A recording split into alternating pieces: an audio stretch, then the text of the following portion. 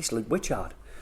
Tresham College, welcome. My trusted electrician, Luke Wichard, coming to Tresham College today. Behind us are all the students, and we're going to do a little chat now about your journey through the industry. Is that right, Luke?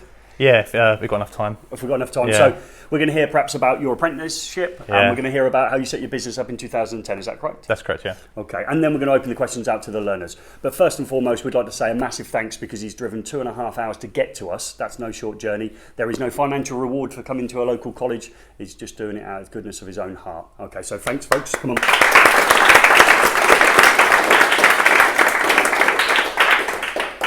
Okay. Hi everyone, it's a pleasure being here. I've never talked to this many people before. To be honest, I don't think I've ever talked to anyone before. So I'll be honest with you, when I left school I didn't have a clue what I wanted to do. I think a lot of people are like that.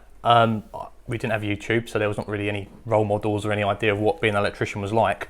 The only thing I knew was I liked to draw and stuff, so I thought I'd carry on doing something like that. So I went to college and did art. 3 days later I realised I didn't like doing that, and so I quit. And fortunately, because electrics is so hard, a lot of people dropped out, so it was the only course available. And so now I'm an electrician, but I'm lucky because I love electrics. I was very fortunate that electrics was open because I didn't realise it, but I did actually have a passion for electrics. I was doing electrics for a long time before then. I just thought it was quite normal. I was always wiring a plug for my dad, or I had certain toys and stuff as a child, like Meccano and that, where you had batteries and motors, and it was just second nature. I just thought everyone could do that. It wasn't until I did electrics I realised it was actually a skill. And so from then onwards, I just loved electrics. Unfortunately, the course I took was the wrong course. So I joined the course late. I caught up with everyone. I got a handshake from the mayor of I think it was like Wandsworth or something, because I'd caught up. And got myself an apprenticeship a year later, and my boss had told me that the course I'd taken was wrong. So I had to start again. So what should be a 4-year apprenticeship took me like nearly 5 years. But again, I started again. I did another course, got through that, did my apprenticeship, and just at the end of that, I decided enough was enough with the company I was with. I loved the guys there. I loved the work we was doing, but I needed a change of scenery. So 4 years later, I joined another company. Completely different. The first company was very sort of prestige. The next company was council. It was the complete opposite. The money was better. The work was horrible. But what I realised was it's nice to have a perspective, because if you do the same thing every day, you'll always judge it the same way. If you do an average job and then you do a horrible job, when you go back to that average job, it's not average anymore, it's a brilliant job. So it's nice to have a bit of perspective. I did that for another 4 years, and then I had a baby. And I realised that I think we just hit the recession as well in 2010. Yep. And I needed a bit of a kick up the bum. So I'm not going to go into the long story, but I ended up doing a lot of private work. Private work paid better. And I thought I had enough private work to keep me going. When you only work weekends and evenings, it's quite easy to fill them up, and you assume you have a lot of work.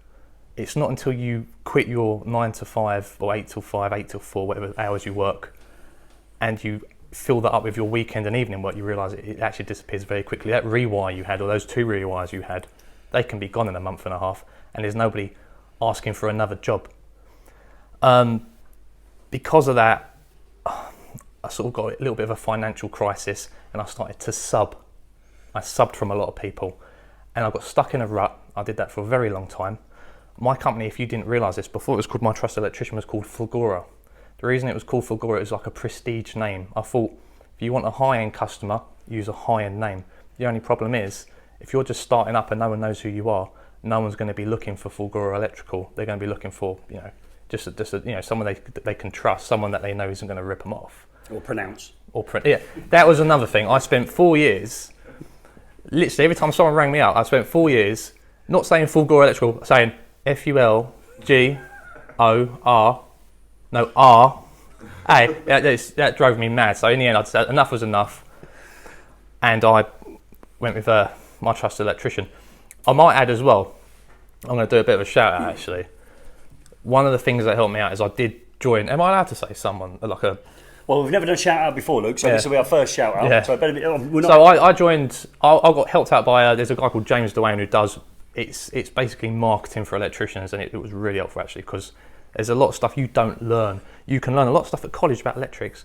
No one will teach you how to make your phone ring. Yeah, no one will teach that. You learn that on your own. You either go bust, you learn it out by accident, or someone teaches you it. And I was lucky to stumble across this organisation of a lot of electricians on it called I think it's My Electrician's Toolbox. Okay, yeah. And they sort of give you like a rule of thumb way of advertising. It does make a lot of sense. So that helped a lot as well. So that got the ball rolling for that. And then are they still about now? So if they are still about now, yeah. Okay. So if you want to have a little look at that, it was really handy for me actually.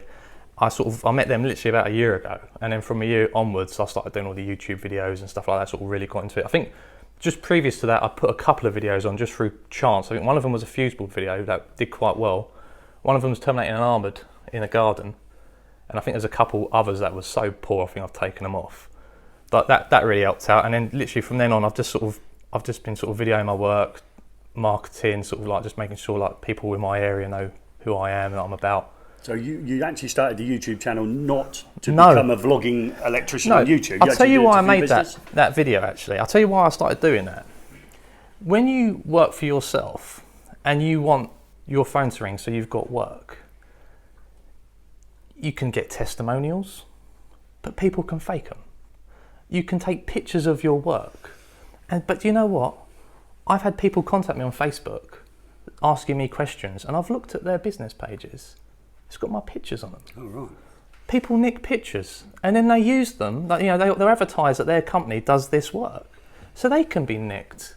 And like that really annoyed me because I thought you could be terrible, yeah. You could be ripping off a little Granny Smith down the road, and my pictures have helped you do it.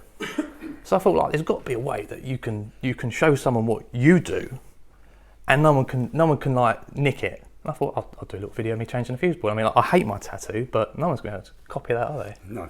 So if I had like my arms in a thing doing a fuse board, terminating an armoured tank, you can't get any better than that. And it's got the worst part of the job. It's got the best part of the job. It's got like the first fix. It's got the second fix. It's got all the mess. It's got you talking to the customer. You can't fake that. So I did that. And lo and behold, it wasn't just the customers watching it. At the end of the day, it turns out other people were watching it as well. So, but you were quite ethical as well, because I like the way you explain why you're doing things. So you'll sort of say, I'm lifting this socket off the wall because of the growing shrubbage behind it. You'll be explaining exactly what you're doing. So it's not as if you're trying to throw in a job as quickly as you can to get to the next one. You're actually slowly explaining what you're doing in stages, and that's what I think sets you aside maybe from some of the other ones that are on there, because it can be more educational for us. So we're watching you from an educational point of view, and not because we're going to be your next customer. That was just an accident, to be honest. It's just the way I don't know, it's just the way I did it, to be honest. But it proves quite ethical. You do a proper job, with your washers on your steel armoured glands, which you're quite passionate about when you're doing things like that. I had an electrician. He's passed away now. He was a scary guy. He was a very scary guy. He had the body of a bear and the face of a bulldog, and you didn't mess with him. And he had OCD that you would not believe. And he was scary. You'd get a lift to work, and he had a dashboard full of toys. That was his kids' toys. And if you accidentally moved anything, and you could sense he was looking at you, and you try and put it back again, and you knew you hadn't put it back properly, and he'd sort of lean over and he'd just give it a little like that, because he had so much. He was mad, but he did the world's neatest fuse board, and I really did admire him, and I always wanted to be like him. And he did really he drummed it into you. You had to do something a certain way, and I think that was one of the reasons. I think it rubbed off a bit. I say to these lot, when they're doing their jobs, obviously they're training, so we're not out there, but some of them are actually in industry. I'm saying sometimes you're going to need to look at what somebody's doing and think this is absolutely amazing and take on board everything they're saying, but other times you just have to wind your neck in a little bit and maybe think, if I ever get an opportunity to do a similar job, I may do it slightly different because I believe this is a better approach to the work being carried out. Well, that's the good thing with perspective. When I said about joining two different companies, what you've got to remember as well, when your electrician teaches you something, he's not necessarily teaching you the right way. Just because he's teaching you doesn't mean it's in the 7671. It might just be the way that he does something. So it could be wrong, or there could just be a better way of doing something. So now we've got YouTube and stuff like that. It's amazing because you've got so many different. I mean, it's not just working for one company with X amount of sparks that you can learn that much. You've got like a whole world of content coming in. You've got so much you can pick from. You can take an idea from that video and an idea from that video. It's fantastic. It's something that was never about when I was young. you either just made a mistake and learnt from it, or it's just you just got nothing to compare it to. Yeah. And it's key that you take ownership of your own work, isn't it? You've installed that work. It isn't for a week, it isn't for 2 weeks, it's for the lifetime of the installation. Therefore, everything you're doing at the moment, you're doing it, you're sort of talking about conforming to BS 7671, but of that high standard, take it that extra mile and go a little bit further. So supporting steel armoured with cleats is fine, that's why it supports it at the right distances, but you go that little bit extra with your wash. It's that little bit of finer touches that makes a little you, bit pernickety, sets you aside from everybody else. That raises the standard of what you're doing, and now you're videoing it. You're hoping customers are going to think, hello, this is a bit better standard. I think I annoy a lot of apprentices with my high standards. No, nobody in this room, I wouldn't have thought. As I look out into this room, I'm sure they're used to these sort of high standards. So that's a small journey through Luke starting off doing his apprenticeship, and he took 5 years rather than 4 years to get through, and then setting up his own business as well. I think that's pretty much that's the short version. I could do the long version, but I think I'd have to sort of cut a lot of it out. That's fantastic. For Thanks legal again, reasons. Legal reasons.